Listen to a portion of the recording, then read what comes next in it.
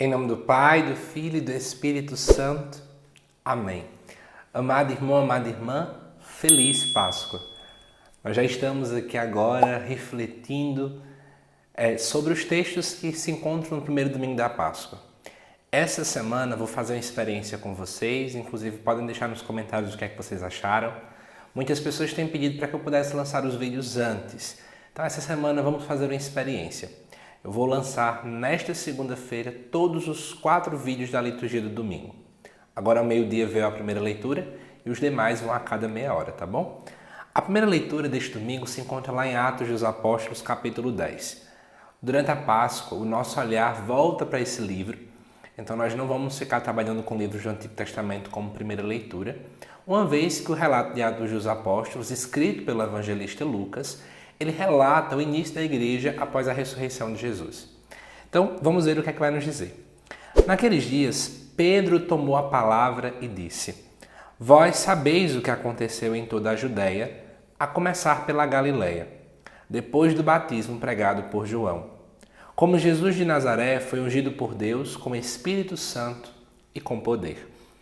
Ele andou por toda a parte, fazendo bem e curando a todos os que estavam dominados pelo demônio, porque Deus estava com ele. E nós somos testemunhas de tudo o que Jesus fez, na terra dos judeus e em Jerusalém. Eles o mataram, pregando-o numa cruz. Mas Deus o ressuscitou no terceiro dia, concedendo-lhe manifestar-se não a todo o povo, mas às testemunhas que Deus havia escolhido. A nós que comemos e bebemos com Jesus, depois que ressuscitou dos mortos. E Jesus nos mandou pregar ao povo e testemunhar que Deus o constituiu juiz dos vivos e dos mortos. Todos os profetas dão testemunho dele. Todo aquele que crê em Jesus recebe em seu nome o perdão dos pecados. Então preciso lhe contextualizar. Neste capítulo 10, estamos dentro de um contexto mais amplo.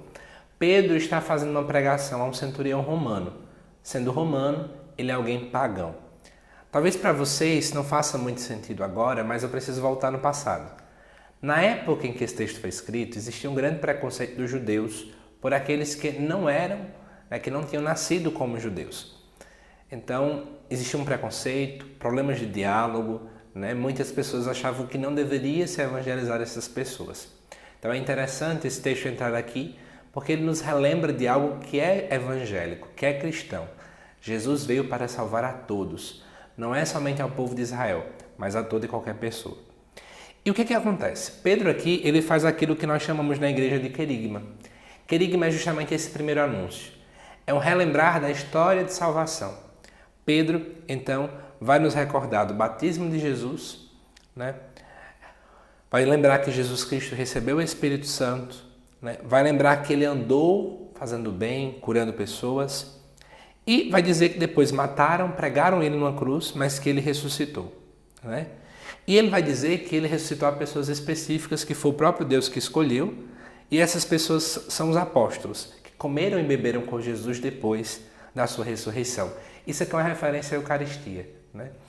E Jesus nos mandou pregar ao povo e testemunhar que Deus o constituiu juiz dos vivos e dos mortos. É esse ponto que eu quero trabalhar com vocês. Porque, na verdade, sempre que Pedro aparece dentro da Bíblia, ele também representa um pouco do que é a igreja, daquilo que é o nosso chamado. E é interessante quando Pedro vai nos dizer, Jesus nos mandou pregar ao povo e testemunhar, e aí continua. Primeira coisa, a gente precisa recordar do nosso chamado. Pelo batismo, nós somos chamados a sermos profetas.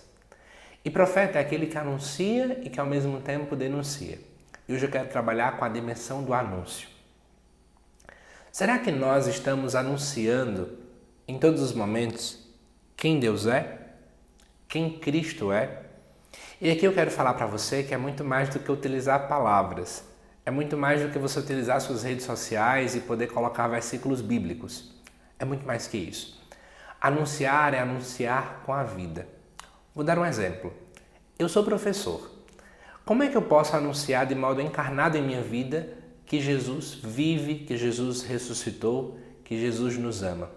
É quando, por exemplo, diante de uma situação em que um aluno, uma aluna minha chega até mim e busca desabafar, busca um ombro amigo, eu escuto. mesmo que muitas vezes eu não tenha palavras para dizer nada. Como é que eu posso fazer isso dentro do meu seio familiar? É quando, diante da realidade da minha família, eu tento amar a todos, mesmo diante dos momentos de estresse que nós temos. E tento também ser um com todos, porque a unidade também é sinal desta comunhão com Deus. Como é que eu faço isso nos ambientes sociais? É quando nas suas relações de amizade, você também faz como Jesus fazia. Você zela pelo outro, você perdoa o outro, você ama o outro, você ajuda o outro, você é suporte para o outro. Com esses pequenos detalhes, nós estamos de fato testemunhando, nós estamos também anunciando. E também quando nós não temos vergonha de anunciar quem Jesus é. A Páscoa nos remete também a isto. Ele ressuscitou, mas para que essa mensagem chegasse até nós, pessoas anunciaram, pessoas pregaram. E você, tem feito também a sua parte? Que nesta Páscoa você possa anunciar para os 4 cantos: Jesus ressuscitou, aleluia! Ele vive, Ele reina, Ele é o Senhor. Que Deus te abençoe, uma feliz e santa Páscoa para você. E já sabe, né? Às 12h30, nesta segunda-feira ainda, já vou lançar o Salmo Responsorial. Então, não perca e envie esse vídeo para outras pessoas. E se você não é inscrito no canal, se inscreva. Assim você me ajuda a evangelizar. Que Deus te abençoe.